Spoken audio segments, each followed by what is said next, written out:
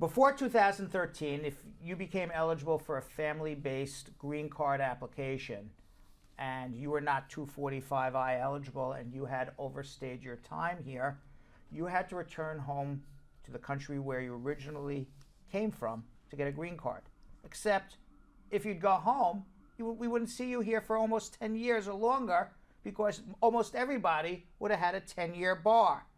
And it became almost impossible for any family member to sponsor another family member for a green card unless they were married to a U.S. citizen and legally entered the United States. And I'm talking about people who had overstayed their time on their visas. In 2013, President Obama changed the law via executive order and put in something called a provisional waiver.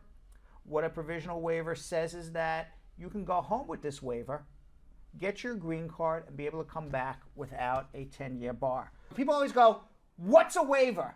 A waiver basically says, you're not eligible for a green card, but we'll forgive you. And the biggest problem that people had with these waivers is it always had to be done in their home country, and you never knew if you would get this forgiveness or not. And if you didn't get this forgiveness or this waiver, you would be stuck for 10 years. What President Obama did is he said, you could do all these forgiveness waivers here. So when you get on an airplane, you have that piece of paper in your hand, forgiven. All your immigration law violations, forgiven. You can go home and come back.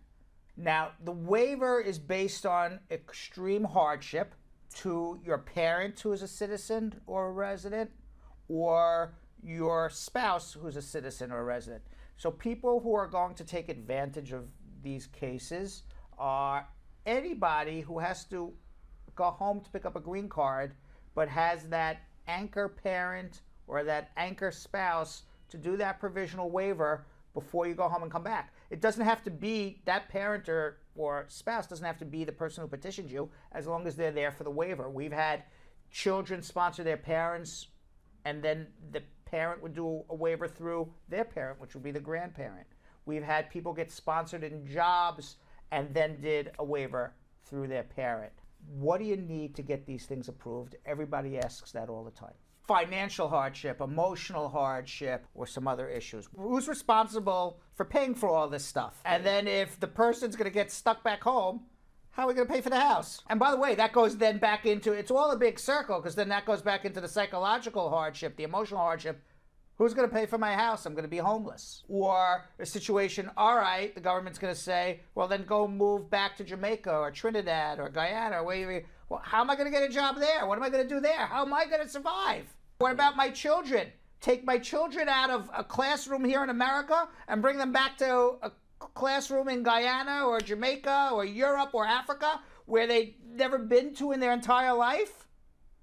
Those are all big emotional issues.